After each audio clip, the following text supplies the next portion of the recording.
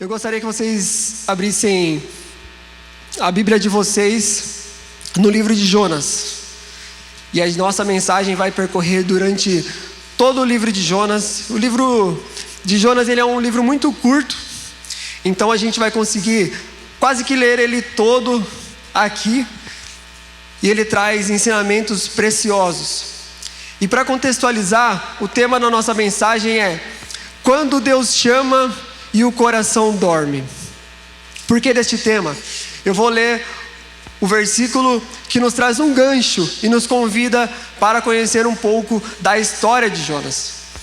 O versículo é de Jonas do capítulo 1, no versículo 5, que vai dizer: com muito medo os marinheiros clamavam aos seus deuses para que os socorressem e lançavam a carga ao mar para deixar o navio mais leve. Enquanto isso, Jonas dormia profundamente. Esse texto nos convida a entender o que estava acontecendo naquele ambiente, qual que era o desespero dos marinheiros e por que Jonas dormia profundamente. Então a gente já vai no versículo 1, onde a gente vai ler toda a história. Eu separei os versículos chaves para que a gente consiga ter um contexto geral e entenda o que ele estava fazendo, por que ele estava dormindo neste tempo. Então, se você abrir sua Bíblia, vamos ao versículo 1 e eu vou contextualizar para que a gente fique por dentro. Quem conhece aqui já a história de Jonas? Tá. Agora, quem conhece a história de Jonas, aquele cara que foi engolido pelo grande peixe? Aí agora, mas tá vendo? A gente conhece por essa ilustração. A história de Jonas, ela é comumente conhecida pelo homem que foi engolido pelo grande peixe. Alguns falam que o homem que foi engolido pela baleia, mas a Bíblia não fala baleia, fala do grande peixe. Então, essa cena é a que fica em nossa mente. Porém, ela é uma história muito rica de aprendizado.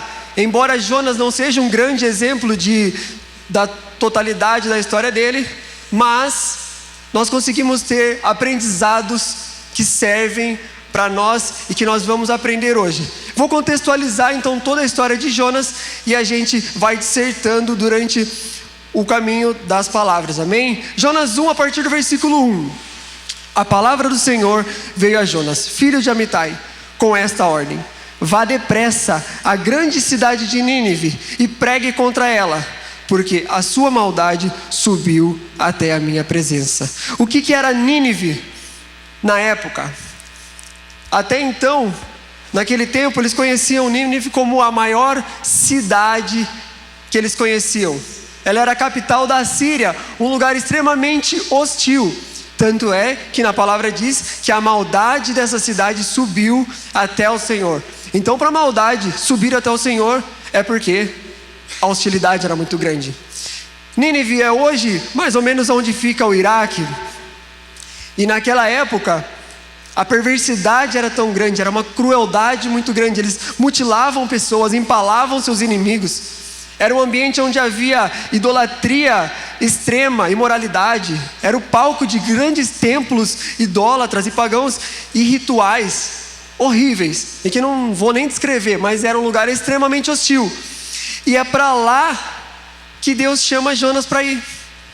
Então o Deus fala: vá para Nínive e pregue contra ela. O que seria esse pregar? Declare que acontecerá justiça sobre ela se eles não se arrependerem. Então, para um israelita ir para Nínive era algo totalmente contraintuitivo, porque Nínive era o arqui-inimigo real de Israel. Tanto é que alguns anos depois eles tornaram os israelitas cativos. Então sempre foi, não só para Israel, mas como o povo que havia à volta. E aí, na história diz que Jonas, a partir agora do versículo 3, então eu vou sempre falando os versículos para você ir acompanhando, se quiser marcar para depois ler com calma. Vai dizer: Jonas se aprontou, mas foi na direção contrária, a fim de fugir do Senhor. Desceu até Porto de Jope, onde encontrou um navio que estava de partida para Tarsis. Comprou a passagem e embarcou para Tarsis, a fim de fugir do Senhor. E o que era Tarsis nesse contexto? Tarsis era um lugar totalmente ao contrário de Nínive. Então, quando Deus chamou ele para ir para Nínive, ele se aprontou, se arrumou, porém, foi no caminho contrário. Tarsis era conhecida também por um lugar de abundância, mas conhecido como o fim do mundo conhecido. E aí, uma tempestade assola o navio que Jonas está indo. A partir do versículo 4 vai dizer: o Senhor, porém, enviou sobre o mar um vento forte, e caiu uma tempestade tão violenta que o navio estava prestes a despedaçar. Com muito medo, os marinheiros clamavam aos seus deuses para que os socorressem, e lançavam a carga ao mar, para deixar o navio mais leve. Enquanto isso, Jonas dormia profundamente. Agora a gente entende um pouco o que estava acontecendo. Na verdade, essa tempestade estava sendo causada pelo Senhor, que chamava a atenção de Jonas, porque ele estava indo no sentido contrário da onde Deus mandou. Então, a partir disso, o capitão pergunta por que ele estava dessa forma, e ele é obrigado a declarar a sua fé. E ele respondeu: sou hebreu, temo ao Senhor, o Senhor, o Deus do céu, que fez o mar e a terra firme. E então ele é lançado ao mar, e é engolido por esse grande peixe. No versículo 15, vai dizer: em seguida pegaram Jonas, lançaram ao mar enfurecido, e este se aquietou. Tomado de grande temor ao Senhor, os homens lhe ofereceram sacrifício, e se comprometeram por meio de votos. O Senhor fez com que um grande peixe engolisse Jonas, e ele ficou no ventre do peixe durante 3 dias e 3 noites. Então olha que combo de coisa que estava acontecendo. Ele é lançado no mar, e o que acontece? A tempestade para, o mar se acalma. E aí então, aqueles marinheiros que eram politeístas, eles acreditavam em vários deuses, falou: calma aí, se esse é o Deus que acalma a tempestade, vamos adorá-lo. E se renderam ao Senhor, oferecendo um sacrifício a Ele. E com isso também, durante esse processo, o grande peixe vai e engole Jonas, e Jonas fica no ventre do peixe durante 3 dias e 3 noites. Nesse ambiente onde Jonas, sem poder sair, ele encontra um lugar de louvor ao Senhor. Talvez é nesse momento onde ele cai em si. No capítulo 2, a partir do versículo 2 vai dizer: e disse: no meu desespero clamei ao Senhor, e ele me respondeu. Do Sheol gritei por socorro, e ouviste o meu clamor. Aqui, Jonas faz talvez a sua melhor oração.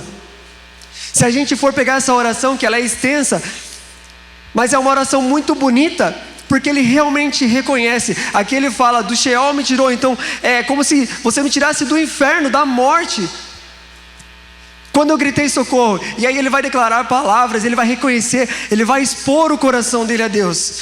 E aí o cenário começa a mudar, porque daí ele encontra uma verdadeira liberdade, não aquela que ele estava indo buscar em Tarsis, mas a verdadeira liberdade, que é no versículo 10, onde vai dizer: então o Senhor deu ordens ao peixe, e ele vomitou Jonas em terra firme. E Deus dá uma segunda chance para Jonas. No capítulo 3, no versículo 1, a palavra do Senhor veio a Jonas pela segunda vez com a ordem, a mesma ordem que ele recebeu da primeira vez. Jonas obedece incondicionalmente. Jonas obedeceu a palavra do Senhor e foi a Nínive. Era uma cidade tão grande, sendo necessário 3 dias para percorrê-la. Como eu falei, era a maior cidade conhecida até então. E ele foi e pregou, e adivinha? Sucesso total na missão. Como assim sucesso total na missão? Tendo em vista o que eles fizeram e como abandonaram os maus caminhos, Deus se arrependeu e não destruiu, como tinha ameaçado. Então Jonas foi, pregou para a cidade inteira, e todos, sem exceção, se renderam ao Senhor. Até mesmo o rei desceu do seu trono, vestiu panos de saco, deitou em cinzas e declarou jejum total da cidade. Até os animais jejuaram, porque não podiam nem alimentar, tadinho dos animais. Mas todo mundo jejuou em prostração ao Senhor, porque essa era a forma como comumente acontecia no Antigo Testamento. Então essa vestir roupas de saco tinha um significado, deitar em cinzas tinha um significado de prostração, de rendição. E era um povo politeísta, e eles adoraram ao Senhor e se renderam. Quando fala que aqui Deus se arrependeu, não é que Deus se arrependeu de fato, porque Ele não poderia se arrepender, porque Ele não erra. Mas por que que a Bíblia diz que ele se arrependeu? Tem um nome muito bonito para isso: antropopatia. Alguém já conhecia o que é antropopatia? Antropopatia é a gente atribuir um sentimento humano para Deus, porque assim a gente consegue entender um pouco melhor de como que funciona, do qual que era o contexto e do que Deus fez. Então, de fato, Deus não se arrependeu, mas o mais próximo que a gente consegue descrever do sentimento de Jesus foi que ele se arrependeu. Então, existe também antropomorfia, que é quando a gente atribui parte do nosso corpo para Deus, como a mão do Senhor subiu as suas narinas. Então são as formas para que seja compreensível a nós. E então, 100% da sua missão concluída, todo mundo se voltou e Deus não condenou Nínive como havia prometido. E aí, o que a gente imagina? Jonas saiu feliz da vida, não é? Jonas saiu muito feliz, por quê? Porque ele pregou e todo mundo foi salvo. Aquele povo que estava sendo condenado foi salvo. Não tem coisa melhor? Ele deve ter saído feliz da vida. Não. No capítulo 4 vai dizer: Jonas, porém, ficou profundamente descontente com isso e enfureceu. Ele orou ao Senhor: Senhor, não foi isso que eu te disse quando ainda estava na minha terra? Foi por isso que eu me apressei para fugir para Tarsis. Eu sabia que tu és Deus misericordioso e compassivo, tardio em irar-se e cheio de amor leal, e que promete te castigar, mas depois se arrepende. Então essa foi a história de Jonas. O que nós precisamos entender? Ele não é um exemplo a ser seguido, mas há muitos aprendizados nesse processo. Eu quero, como a gente finalizou essa parte da Bíblia, e ela tem um poder enorme, eu queria que a gente orasse, então a gente entrasse na compreensão da palavra. Curve sua cabeça. Pai, eis-nos aqui, Senhor. Nós cremos no poder da Tua palavra. Nós cremos que a Tua palavra é luz para nossos caminhos. Ela nos direciona, ela nos guarda, ela nos cuida. Nós somos totalmente dependentes do Senhor. Nós o conhecemos em relação, em profundidade, através da Tua palavra, através de momentos com o Senhor. E este é mais um momento. Pai, que o Senhor sonde o nosso coração, use a nossa vida, para que possamos crescer, nos aproximar e ser impulsionados através da Tua verdade. Em nome de Jesus eu te agradeço e que esteja conosco. Amém. Essa é a história de Jonas. E você se identificou em alguma parte dessa mensagem? Em alguma parte, em alguma característica de Jonas, a gente sempre vai se ver. Talvez quando Deus chama, talvez quando ele foge, talvez quando ele é resgatado, quando ele vai e é enviado. Em alguma dessas partes a gente vai se encontrar. E eu preciso lembrar de algumas coisas através da vida dele. Primeiro, você tem um chamado e uma missão. Jonas tinha um chamado e uma missão. O que aconteceu? Primeiro Deus chama Jonas e depois ele envia. Às vezes a gente se apega muito no qual é o meu chamado, qual é o meu chamado, o que eu vou fazer, qual é o meu chamado. O seu primeiro chamado é para Deus. Primeiramente Ele nos chama para Ele, para se relacionar com Ele, para ser curado por Ele, para ser tratado, impulsionado, encorajado, transformado e então enviado. Então primeiro o nosso chamado vai ser sempre a Ele, e depois o Senhor envia Jonas. Ou na verdade, o Senhor ordena que ele vá, mas ele não vai.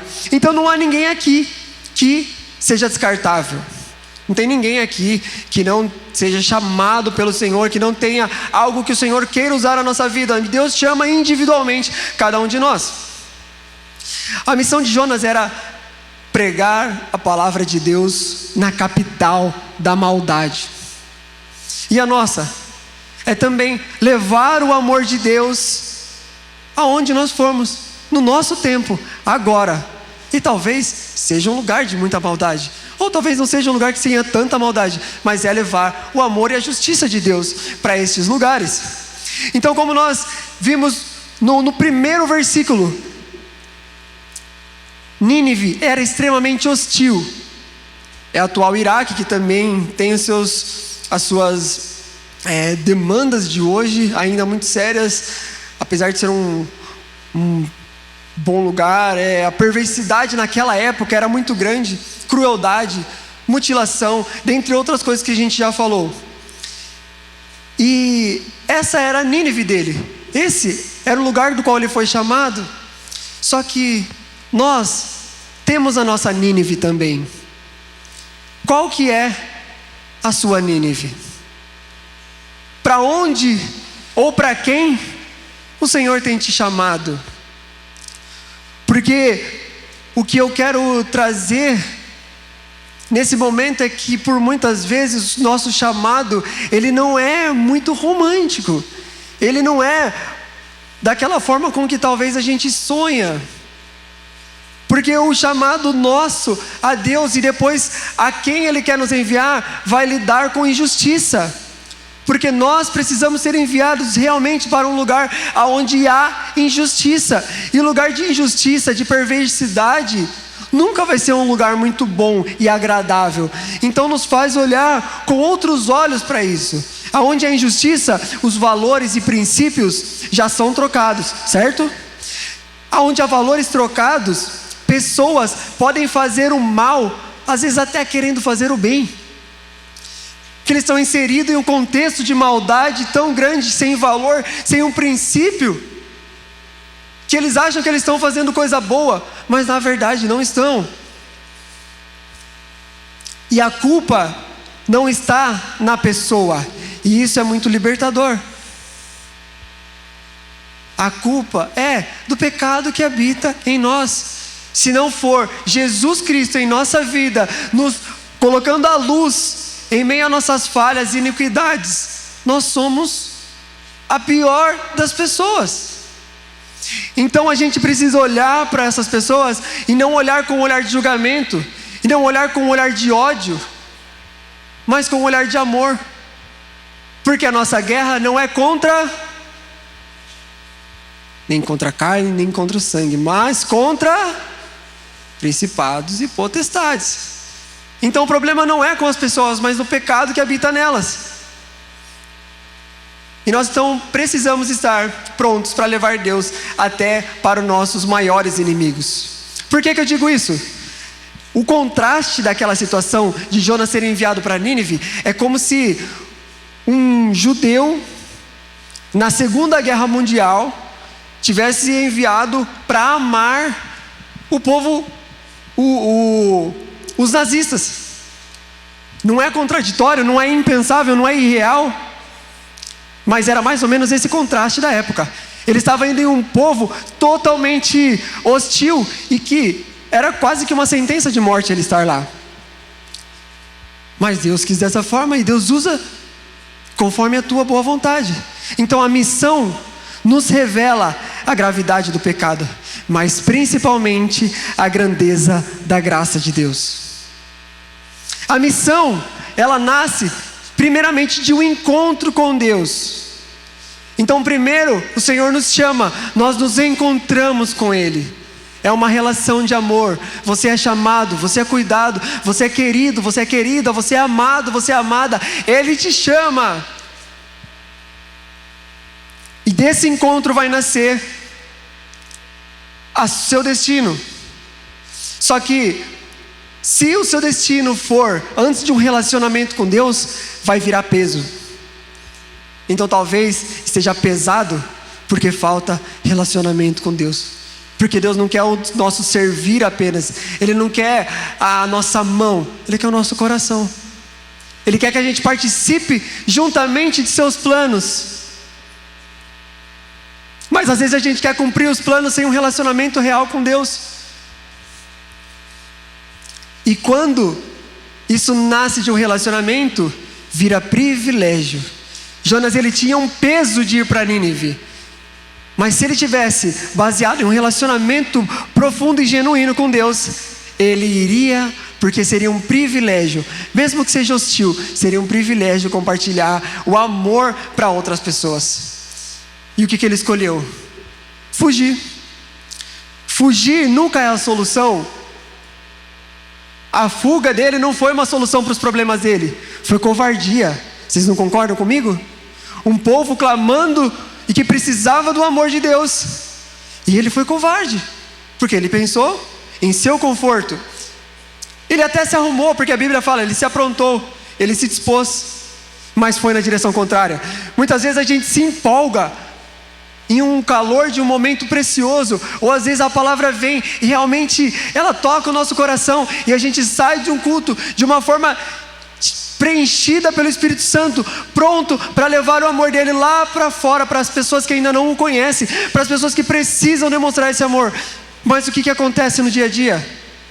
A gente vai para Tarsis, vai para o caminho contrário. E não estou falando que a gente faz isso na maldade, não. Mas às vezes é inconsciente, porque é incoerente. A gente deseja, mas as nossas atitudes nos levam para um lugar de fuga.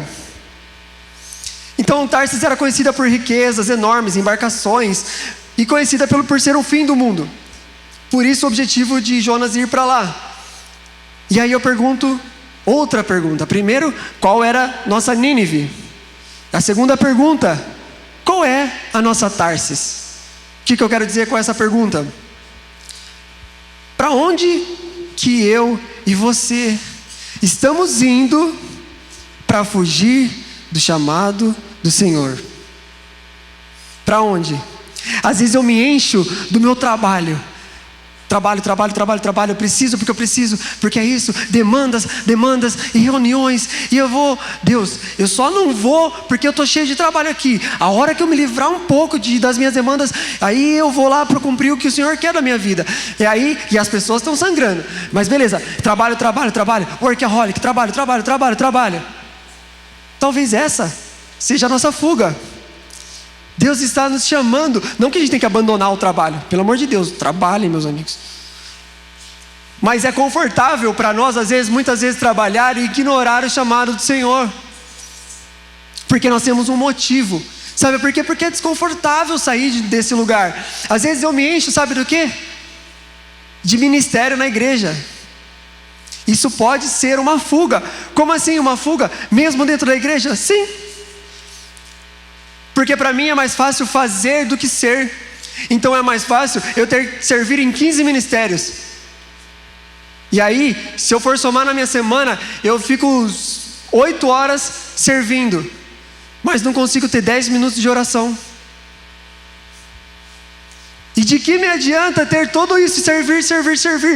Prático, minha mão, meus pés, eu vou, o que eu faço? E é isso, é aquilo. Mas não tiro 10 minutos. Não tiro 15 minutos, não tiro um tempo de qualidade com o Senhor, não busco conhecer mais da beleza de Deus através da palavra, não é mesmo? Correria. E aí como que você está? Correria. Às vezes eu fujo para amizades, que são amizades que me levam distante de Deus. Porque lá eu sou confortado. Porque quando eu estou com amizade que me levam para mais perto de Deus, eu estou mais perto da luz. E quanto mais perto eu estou da luz, mais a luz ilumina uma escuridão que há dentro de mim, as minhas falhas. Então quando eu estou com meus amigos que me levam para mais perto de Deus, não que você tem que abandonar os seus outros amigos, tá? Nós temos que ser luz e temos que amar a todos. Mas eu estou falando, quando a gente foge, porque lá a gente é abraçado de uma forma... Não, você se torna cada vez uma pessoa pior, está tudo bem. Você se te faz bem, então tudo bem. Mas a verdadeira amizade é aquela que nos confronta. É aquela que nos diz a verdade para que sejamos pessoas melhores e mais parecidas com Jesus. E eu não estou dizendo mais parecida com Jesus no que eu faço, mas aquilo que eu sou, da forma com que eu amo. O amor de Jesus, ele é o padrão de amor. Não tem forma mais pura de se amar como que o amor de Jesus. Para onde a gente está indo, base? Para fugir do chamado de Deus. Talvez não seja nenhuma dessas opções que eu falei, tá? Talvez você não está indo para nenhuma dessas, mas você só se sente estagnado. Ai, Lucas, nada acontece. Eu estou aqui, mas não consigo me ver prosperando diante de Deus, crescendo em maturidade. Eu me sinto estagnado. A questão é, se eu não obedeço à voz de Deus, eu sobrecarrego o meu irmão. Às vezes Deus está nos chamando porque o Deus é um Deus extremamente organizado. Então Ele nos chama, Ele não chama em duplicidade, Ele não chama errado, Ele não clica 2 vezes lá e vai errado. Ele chama cada um de forma individual. Então se eu me nego a ouvir a voz de Deus, alguém vai sangrar. Sabe por que também pode ser que tenha pessoas com 15 ministérios? Porque tem alguém que não está ouvindo a voz de Deus nem para servir um. E aí vai acumulando, quem está disposto vai pegando, quem está disposto. E aí eu não penso no meu irmão, eu penso em mim. Então, obedecer à voz de Deus é participar desse ambiente extremamente organizado que há no reino de Deus.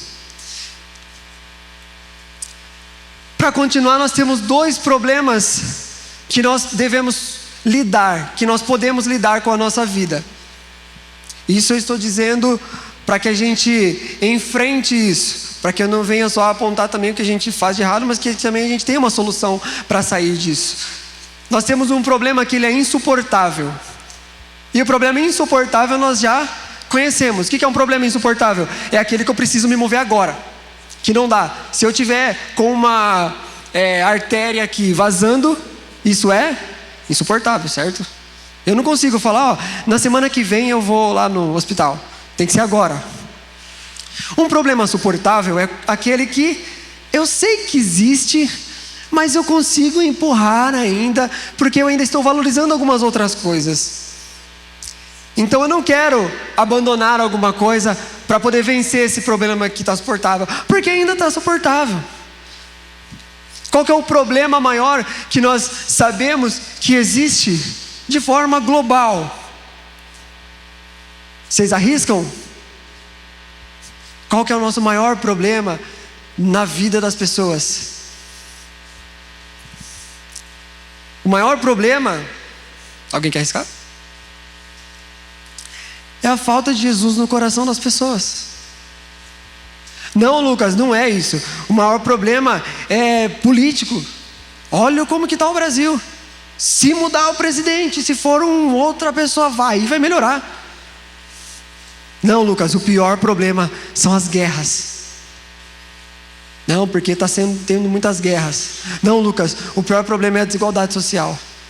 Sim, todos esses problemas que eu falei são problemas reais e existem, e nós precisamos olhar para eles. Eles realmente existem e sinalizam algo para nós, mas sinalizam falta de Jesus no coração das pessoas. A raiz do problema sempre vai ser o pecado, e aonde Jesus entra, o pecado vai embora. Se ainda existe pecado, ainda existe egoísmo, ainda existe a maldade no mundo, então nós precisamos levar o amor de Jesus nas pessoas. Então a gente não deve pensar nessas coisas? Claro que deve. O que nós podemos fazer para que não aconteça nenhum desses problemas aqui, nós temos que fazer. Desde que também o nosso maior objetivo através disso consiga ser acessar o coração das pessoas, porque aí o problema vai ser eliminado da raiz. A gente precisa confrontar o problema. E talvez isso não seja tão legal de escutar, mas a gente precisa confrontar o problema, porque se a gente ignora o problema que hoje é pequeno e suportável, no dia de amanhã ele será insuportável. E aí eu volto, base, o que nós precisamos abandonar hoje para voltar ao chamado de Deus? Qual que é aquele nosso problema suportável que a gente ainda está lá carregando conosco, para que a gente de fato, porque Deus está de braços abertos, base. Ele nos ama. Ele não chamou Jonas porque ele queria ajudar Jonas. Ele chamou Jonas porque ele ama Jonas. Porque embora o coração de Jonas estivesse endurecido, ele ama Jonas. Então, base, Deus está aqui, Ele não está olhando para aquilo que você fez. Ele não está olhando por aquilo que você, pelas suas falhas. Deus está te chamando aqui porque Ele te ama.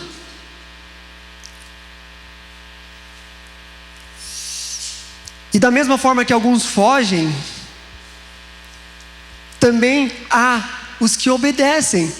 Então isso nos enche de esperança, porque não é só um caos total. É que às vezes a gente precisa trazer essa situação de caos para que nos dê o contraste. Porque o mundo tem as suas maldades, mas maior ainda é o amor de Deus. Maior ainda é a graça e a misericórdia dele. Então, o mundo está ruim? Ok, está. Mas o amor de Deus é sobre tudo isso. E nós precisamos ser agentes desse amor. Então, Ananias, ele teve medo também. Mas ele obedeceu. Ele foi com medo mesmo. Gideão se sentiu pequeno, mas foi. E é legal porque tem um exemplo de algo que nasceu aqui na base, que foi o partilhar, e é até legal porque o Robertão está aqui com a Rosana. O partilhar, um projeto tão lindo que se tornou da igreja, ele nasceu do coração de pessoas dispostas aqui.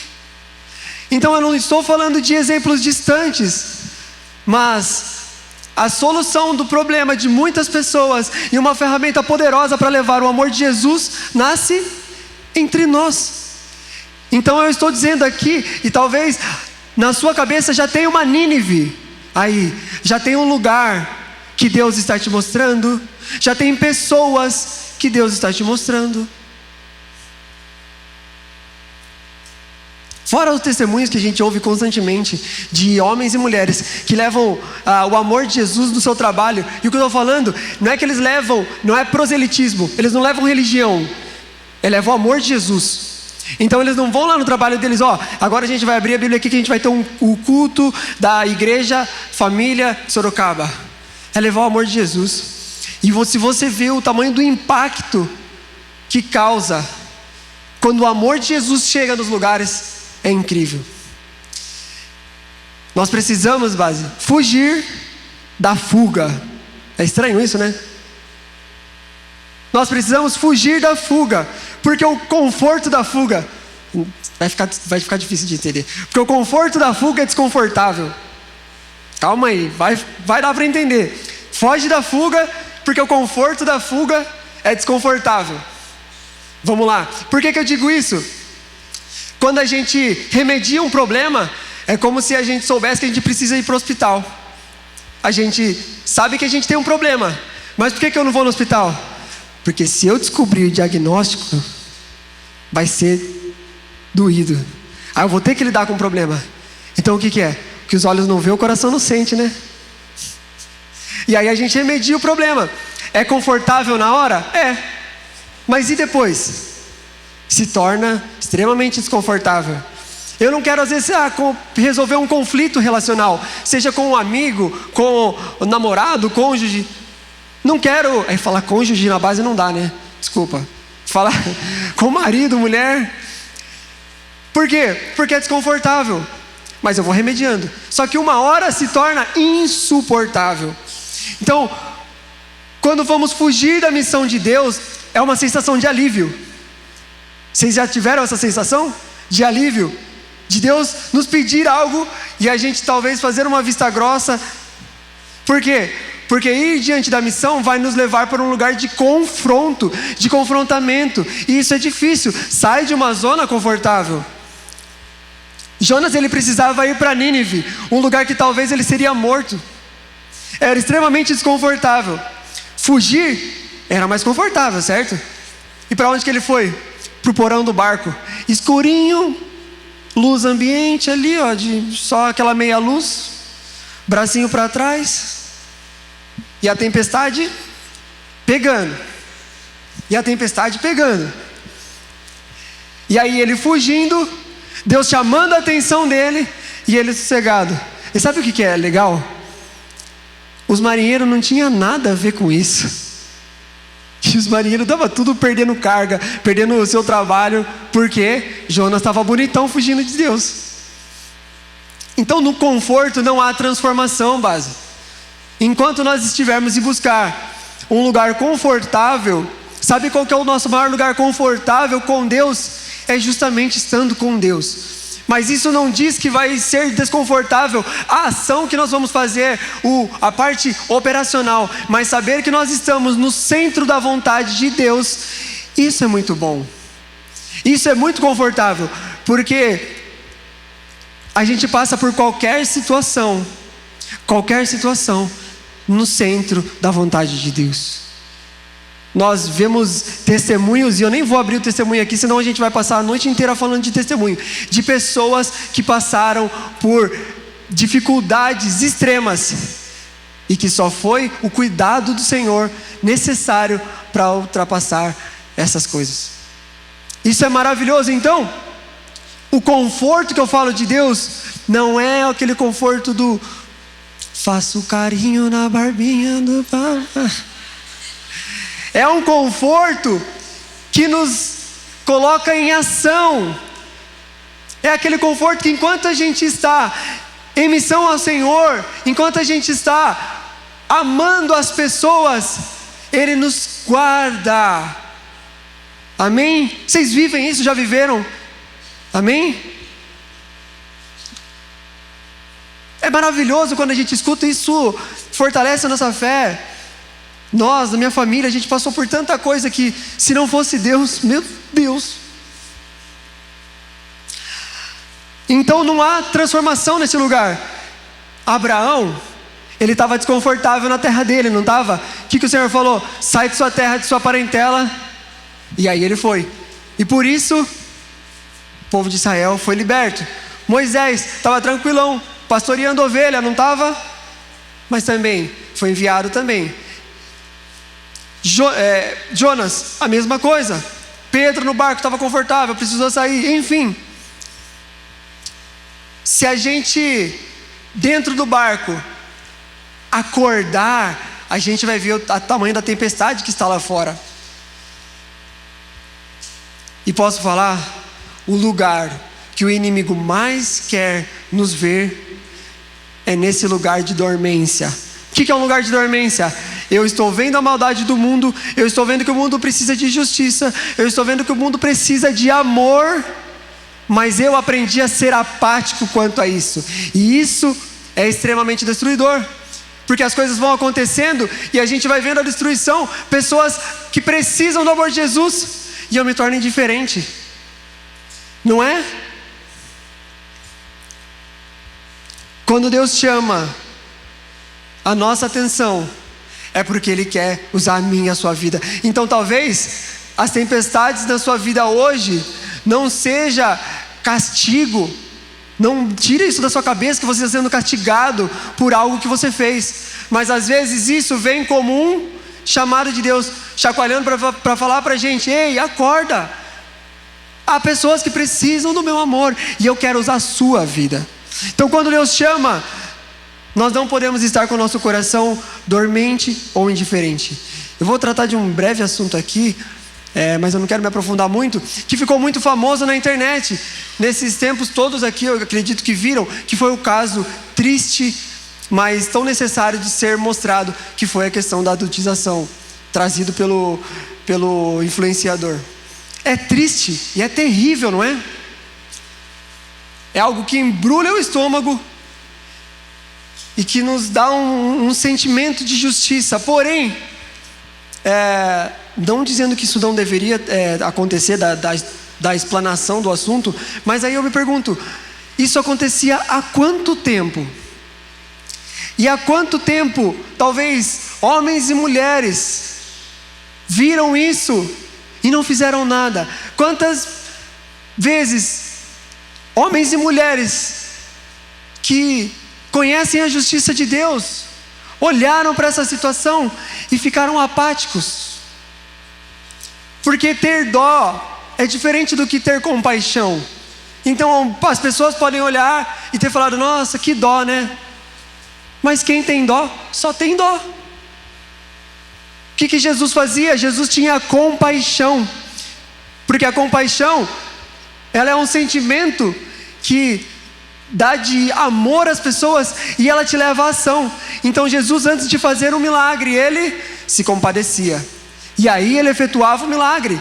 Então nós precisamos ser pessoas que têm compaixão, porque se houvessem homens e mulheres que tivessem compaixão nessa questão, isso já teria trazido à tona há muito tempo e a justiça teria sido feita. Então glória a Deus pela vida do Felca, que Deus proteja ele, porque ele se colocou em uma situação muito difícil, mas foi necessário. Por quê? Porque nós não olhamos para um problema enquanto ele era pequeno. Enquanto o problema era pequeno, ninguém falou nada. Precisou se tornar um problema muito grande, para então as pessoas começarem a lidar e ver o quanto isso é ruim. E eu louvo a Deus, eu louvo a Deus pela igreja do qual nós estamos inseridos, pela família que nós estamos. Porque aqui é um lugar que pensa de forma integral. Então tudo que a gente quiser se oferecer em voluntariado, para pensar em justiça social, para pensar no amor às pessoas, nós temos a oportunidade.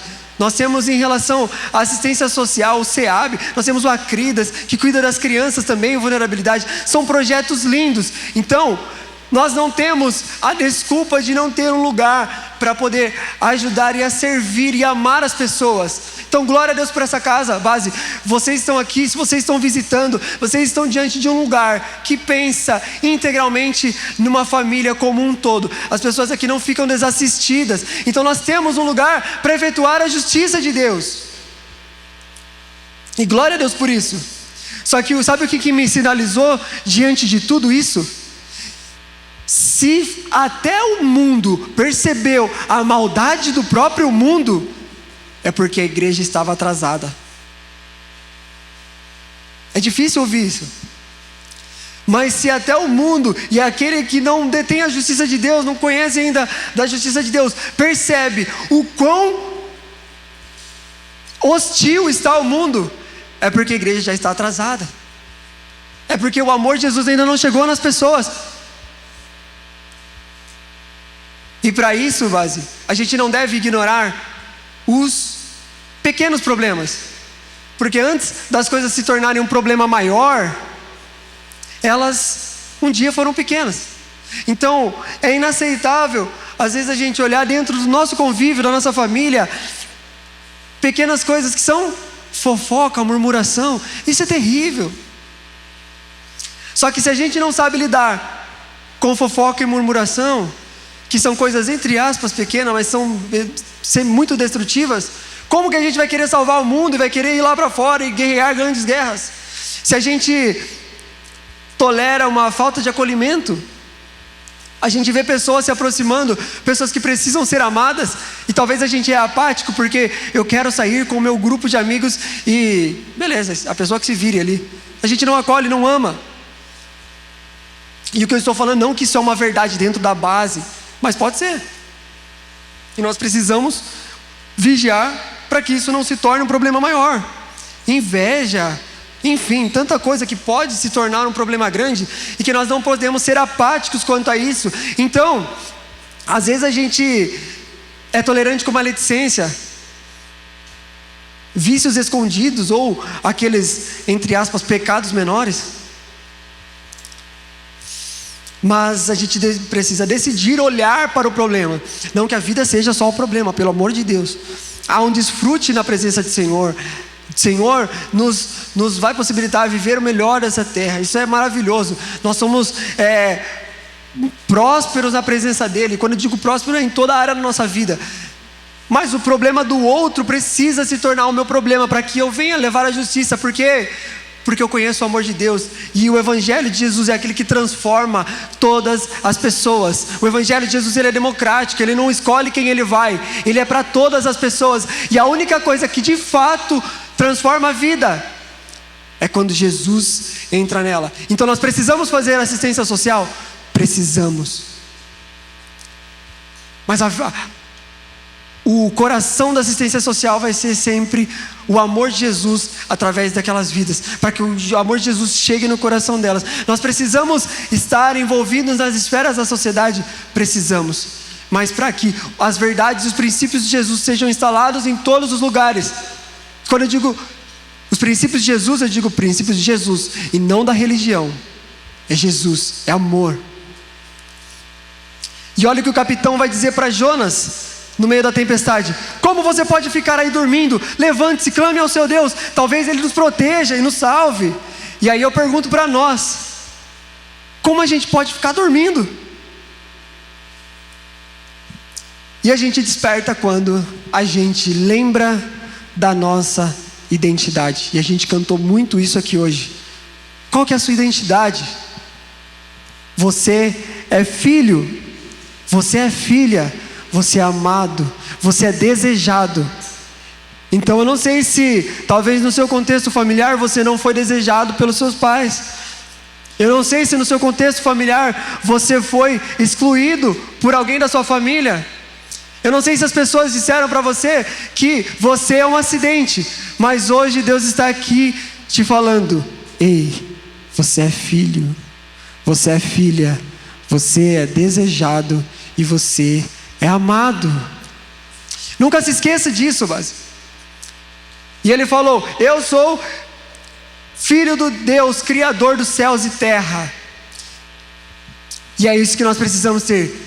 Base, pode vir tempestades, pode vir ventos fortes, pode vir o que for, porém nós somos filhos do Criador do céu e da terra, e nada sai fora de seu controle. Não esmoreça, não entristeça, não pense que a sua vida está indo por água abaixo. Por quê? O Senhor cuida de você. Sabe o que Ele quer? O nosso coração. Então por isso que Ele te chamou, por isso que Ele te capacita, por isso que Ele te transforma.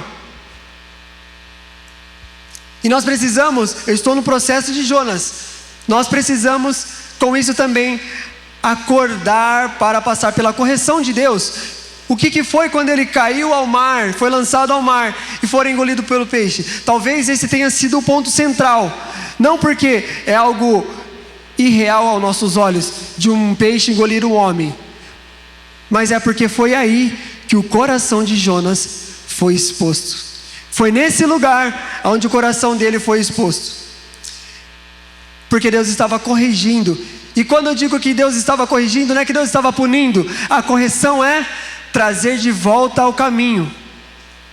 Quando Deus nos corrige, é como um pai que corrige um filho. O que Ele faz? Ele pune? Não, Ele traz de volta ao caminho. Ele fala: filho, você ainda está tentando fugir, mas eu quero que você participe da missão junto comigo. Então vem, eu vou mandar um peixe para que você vá, e aí eu vou conhecer seu coração. Sabe por quê? Toda a distração de Jonas foi tirada. Ele estava indo para um lugar onde era próspero, então ele podia estar pensando nas riquezas do lugar. Ele poderia estar pensando que lá é um lugar distante, que ele não iria para Nínive. Ele podia estar se distraindo com a beleza do mar, ele poderia estar se distraindo com tudo, mas dentro do ventre do peixe, ele só precisava olhar para o seu coração. Quando Deus nos desperta, e esse foi o ponto onde mudou a chave para Jonas, onde saiu o maior e o mais lindo louvor de Jonas. E talvez a gente só vai ter a nossa oração sincera quando todas as nossas distrações acabam, quando tudo que a gente pode se apegar acaba. Aí a gente volta e olha para Deus. Quando o namoro acaba, eu consigo fazer uma oração sincera para Deus. Quando a faculdade está pesada, eu estou naquele ritmo e eu não consigo ter paz de tanta coisa acontecendo, aí eu consigo encontrar um tempo para falar com Deus. Quando minha amizade decepciona e eu me encontro em cacos, aí eu consigo fazer uma oração sincera a Deus. Isso é ruim? Não. O nosso lugar de fuga é sempre aos pés do Senhor. Então, talvez, base, tenha homens e mulheres aqui que se sentem hoje no ventre do peixe e que precisam fazer essa oração sincera. Sabe aquela oração sem máscara nenhuma? sem desculpas. Sabe o que Deus quis de Jonas e Ele quer de nós hoje? Ele não quer que a gente fale: ai Deus, mas é que... Não é mais é que nada. É: Deus, estou aqui, eu não consigo sem o Senhor, e eu sempre quis um lugar confortável, mas eu entendo que no desconforto da missão é o lugar mais confortável que eu tenho que estar. É um lugar onde eu tenho paz, a verdadeira paz, aquela que excede todo entendimento, aquela que as pessoas vão olhar para você no seu trabalho e vão falar: viu, mas está tudo caindo o teto na nossa cabeça, a empresa não vai bem, a gente vai ser mandado embora, a doença bate na porta, as coisas estão acontecendo, mas Deus nos dá a verdadeira paz que excede todo entendimento. E vindo para a finalização, Deus dá uma segunda chance para Jonas. Quando Ele conhece verdadeiramente o coração de Jonas, aonde Ele queria que o coração de Jonas chegasse, Ele dá uma segunda chance. Mas olha que legal, essa segunda chance não foi só para Jonas. Quando essa segunda chance chega para Jonas, também chega a Nínive. Por quê? Porque Jonas foi chamado para Nínive. Deus está dando uma segunda chance para você hoje. Mas é uma segunda chance só para você? Não. Pela segunda chance que Deus está dando para você, Ele está dando para mais milhares de pessoas. Talvez Ele está dando a segunda chance para uma cidade. Talvez Ele está dando a segunda chance para a faculdade. Amém? Vocês creem nisso?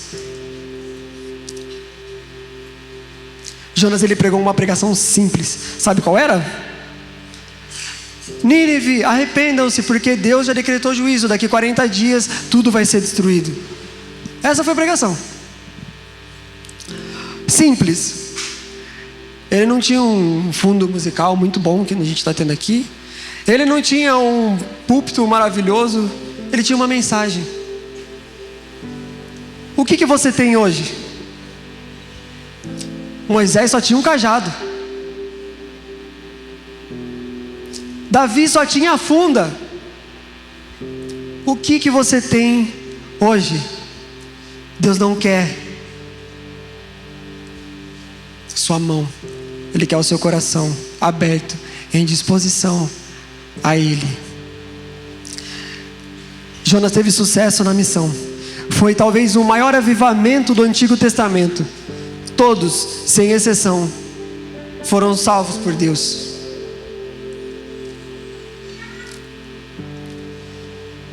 E o sermão ele não termina em Jonas. Sabe onde ele termina? Em Deus. Não é uma história sobre mim, não é uma história sobre você.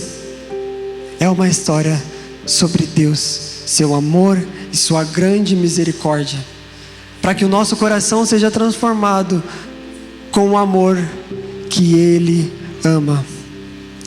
Base, talvez você nunca tenha ouvido o chamado de Deus. Talvez você achou e sempre quis de forma inconsciente que todo mundo se adaptasse ao seu conforto.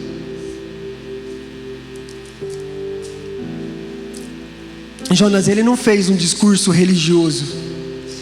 Ele não falou palavras bonitas. Sabe por quê?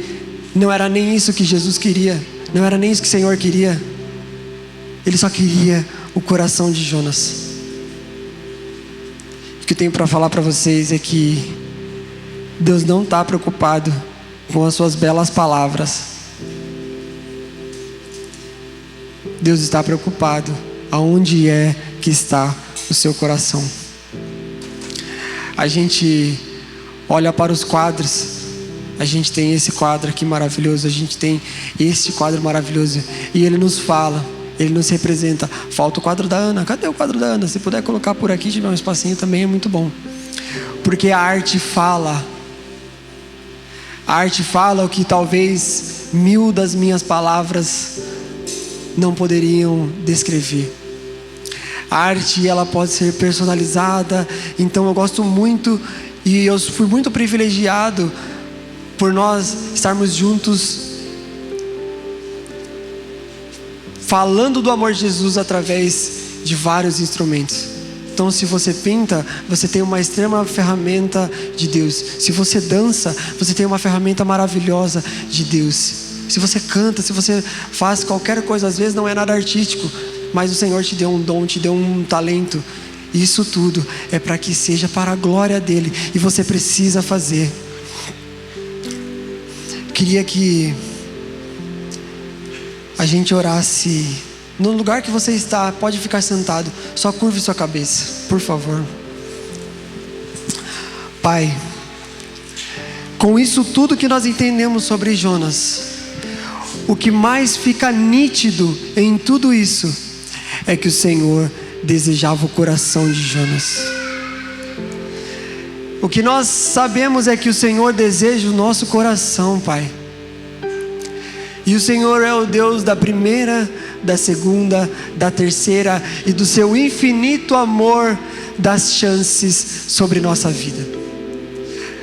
Talvez nós aqui nessa noite tivemos a oportunidade, ouvimos a Tua voz, mas reconhecemos, Pai, que foi passando o tempo e a gente foi se desviando.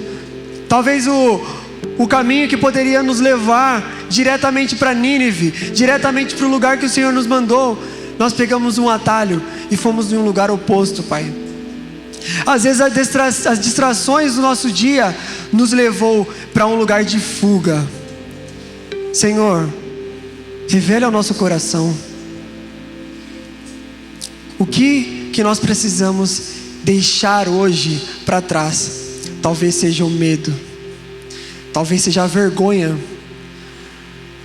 talvez seja algo que eu julgo ser precioso e que está ocupando o lugar do Senhor no meu coração. Talvez eu estou pensando, eu até gosto de Jesus, só que eu quero Jesus e mais alguma coisa. E o Senhor nos leva a refletir que o Senhor é suficiente em nosso coração. Base, pode olhar para mim aqui de volta. Jonas, ele teve êxito na sua missão. Porém, ele ficou extremamente irritado com Deus.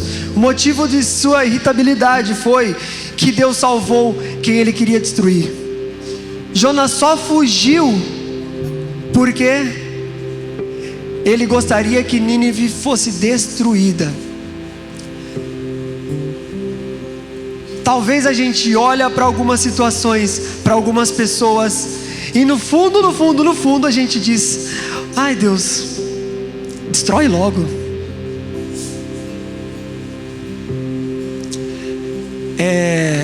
É até legal, meus pais estão aqui hoje e eles fizeram por muitos anos trabalho em presídios. E é muito lindo o que acontece lá, porque lá você vai encontrar as pessoas que a sociedade exclui. E a gente entrando nesses lugares, a gente começa a ver o coração das pessoas. Realmente tem pessoas ruins, sim, pessoas que cometeram atrocidades, sim. Mas sabe o que é? Falta de Jesus. Como que eu vou condenar ela se talvez elas não conheceram Jesus da mesma forma que eu conheci? Como que eu vou querer que talvez Deus possa destruir alguém, sendo que ela não teve a mesma oportunidade de ouvir sobre o amor de Deus? Hoje, base, nós somos privilegiados porque estamos ouvindo sobre o maior amor e o único amor puro e verdadeiro, que é o amor de Deus.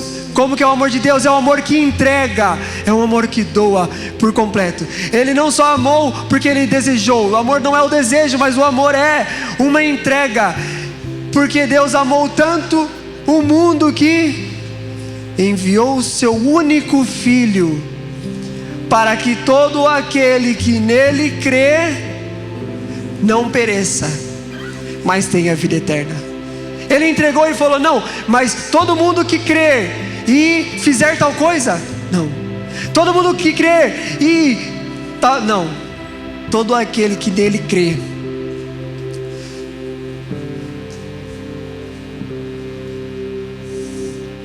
Deus fez algo muito legal e eu já estou encerrando, tá? Enquanto Jonas fugiu para olhar para Nínive, olha o que aconteceu. Ele saiu e foi para um lugar olhar Nínive ser destruída, porque no fundo ainda do coração dele, sabe o que ele queria? A destruição de Nínive. Então ele foi para um lugar e falou: eu vou ficar aqui assistindo até que, sei lá, caia fogo do céu, até que alguma coisa aconteça. E aí sabe o que Deus fez? Fez nascer uma planta ao lado dele. Então essa planta trouxe sombra. Ele ficou muito grato, falou: nossa Deus, legal, você está me ajudando aqui enquanto eu quero ver a destruição de Nínive. E no outro dia essa planta murchou imediatamente. E o que Jonas fez? Poxa vida, Deus, a sombra estava tão boa, como que você me destrói essa planta agora? E aí Deus vem com checkmate. Então o Senhor disse: você tem compaixão de uma planta, Jonas? Embora você não tenha feito coisa alguma para que ela crescesse. E ela apareceu depressa ela murchou. Nínive, porém, tem mais de 120 mil pessoas que não sabem decidir entre o certo e o errado, sem falar de muitos animais. Acaso não devo ter compaixão dela? Difícil, né? Sabe o que a gente faz, base? Deus, por que você tirou isso de mim? Ah, mas estava tão bom, estava tão confortável. Por que você me tirou dessa situação? Talvez Deus esteja mostrando para você que Ele tem compaixão daqueles que nós não queremos que Ele tenha compaixão. Talvez a gente pense nas pessoas mais ruins do mundo, querendo que elas sejam destruídas, querendo que a justiça seja feita de uma forma hostil. E Deus está falando: eu morri por você e também morri por ela.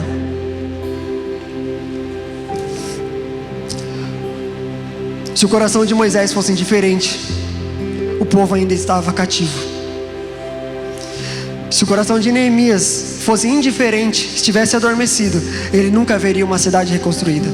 Se Paulo tivesse um coração dormente, talvez a gente não teria conhecido Jesus. E para finalizar a base, Deus nos chama todos os dias. Todos os dias Deus está nos chamando, está clamando para que a gente ouça a voz dEle. Basta o nosso coração estar acordado. E aí, base, é a nossa vez, é a nossa geração, são nossos irmãos, são nossos filhos. E aí, fugir ou ir? Deus abençoe, gente.